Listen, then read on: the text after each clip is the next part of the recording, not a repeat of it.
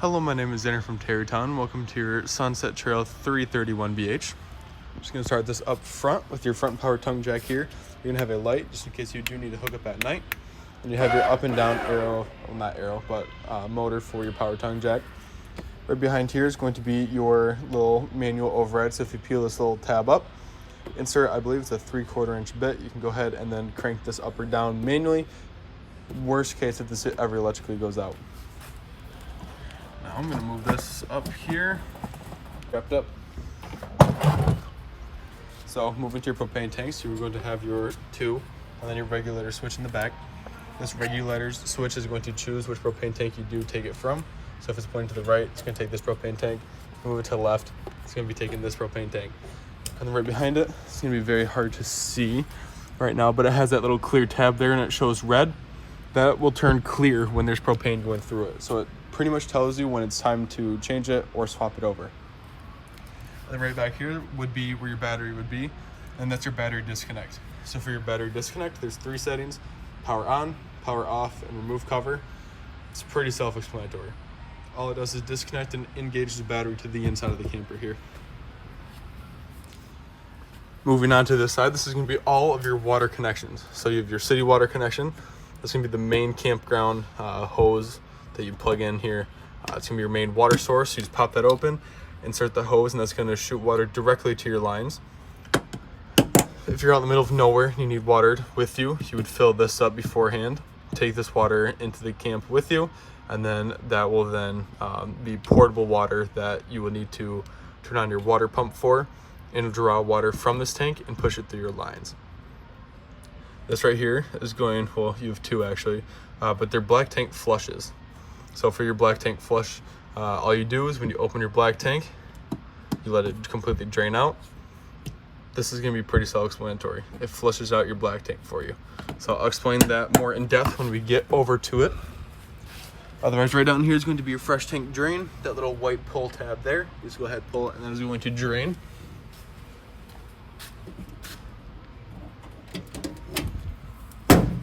Water heater. All you got to do for this, looks very complicated, but it's pretty easy. You just take this little cap here, go ahead and screw it on.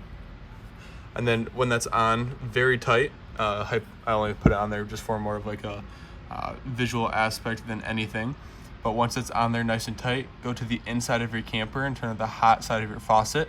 That is then going to sputter for a little bit with air getting pushed out of your hose. And then you will have a steady flow of water. So once you do have a steady flow of water coming out the hot side of your faucet, and this is on nice and tight, you can go ahead and turn this on. When it's time to empty it, just go ahead, pull your pressure release valve here, up like that. It's going to hiss and eventually release all the pressure inside. Once it does, go ahead, pop this off, and then your water will drain right out of that hole there.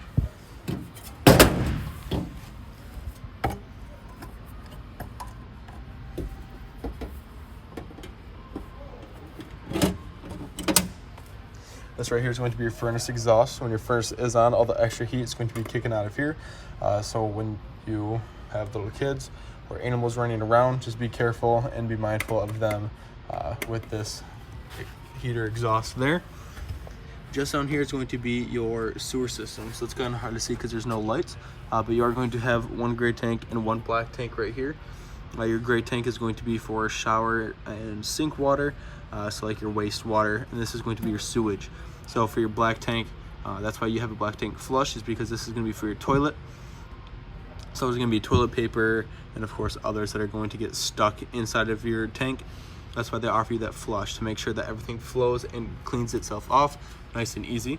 I actually recommend doing the black tank first because, like I said, there's going to be solids, and then your black tank flush. And when you're done with that, go ahead and do your gray tank because that will then kind of wash off your sewer hose before you go ahead and put your hands back on there.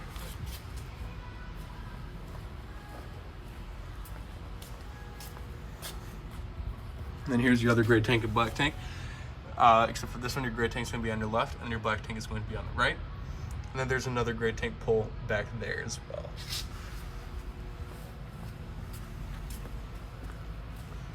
You have your power cord. It's going to be 50 amp service. This is going to be a spray port, so you need to spray off, you know, feet or whatever back here, it's just going to be sticking your curly hose. You go ahead and spray it off. It's only going to be cold water, not hot and cold, so you can't choose that.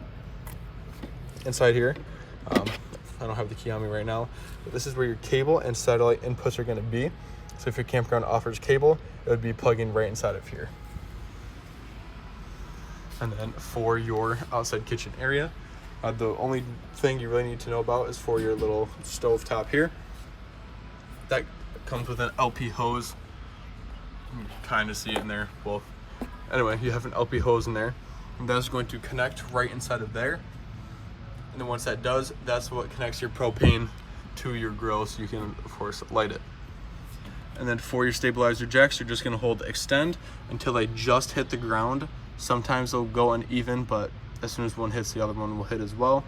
But as soon as it hits the ground, go ahead and let go, because they're not meant to raise, they're just meant to stabilize. So as soon as you feel that pressure, once again, go ahead and just let go. I'll go over your steps in just a minute. More steps. And then right here is going to be that hose I just talked about. So you just plug it right into there and then go ahead and spray it out with this. For your stairs, make sure your door is as far open as you can get it. And just go ahead. There we go. Lift it up inside.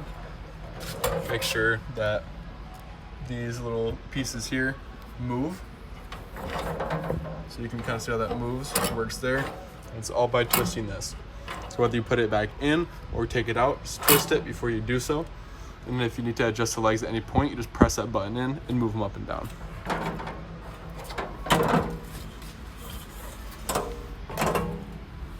Moving inside to the right here, you're gonna have your breakers and fuses. So everything's gonna be labeled just like a house would be. And then for your fuses, I recommend bringing some extras. It's just a personal recommendation. You don't have to, but like I said, I recommend it. Also down here is going to be a carbon monoxide detector. So with that is always going to run as a safety feature, but that's also the downside. So when you do go to shut your camper up and everything like that, just make sure that little green light is off. Sometimes when you turn your battery disconnect off, it's going to be stubborn.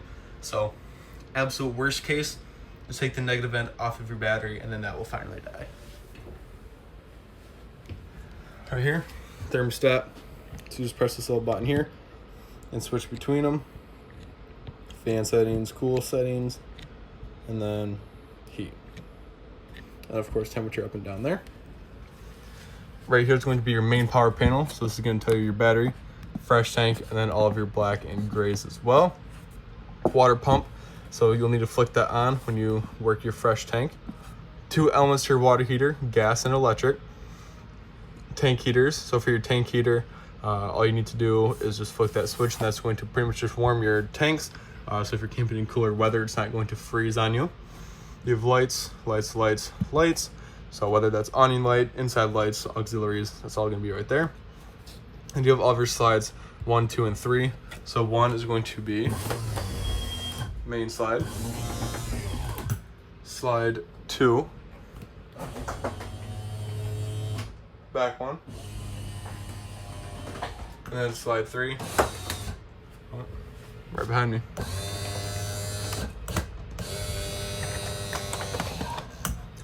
And then for your awning, you just hold retract or extend to extend it.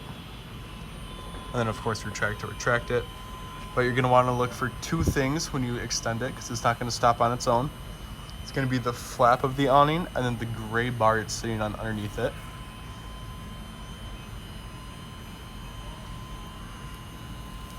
So give it a second, there's the flap and there's a gray bar. Just go ahead and let it go at that point. Because the reason you don't want to keep going is because if you do, it'll actually reel in the opposite way and end up breaking your awning.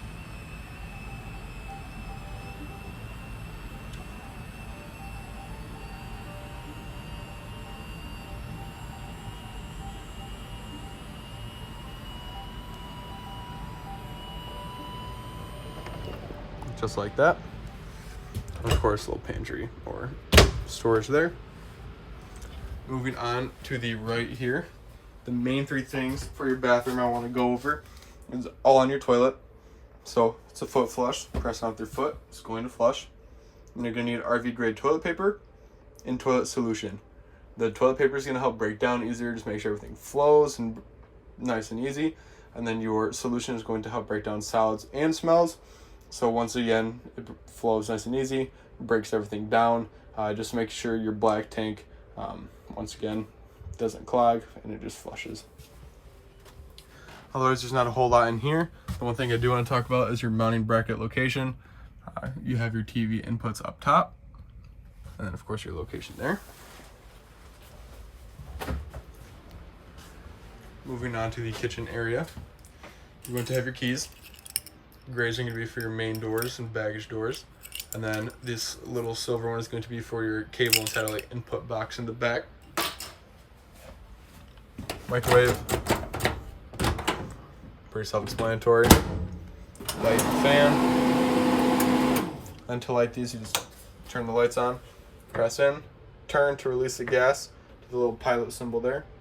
Then you spark to the right to ignite. You want to spark to the right. There's arrows even telling you to, because if you do spark to the left, it will snap off. Coming to your oven, there's going to be a piece all the way in the back. Once again, hard to see because there's no flash, but it's going to be all the way back there. You're going to want to pay attention to that because that's your igniter. So you press in, turn to the pilot symbol, spark, spark, spark until you see that small flame appear, and then go ahead and adjust to your temperature needed. For your fridge, everything's going to be right up top there. Further right it goes, the colder it gets. Got your TV.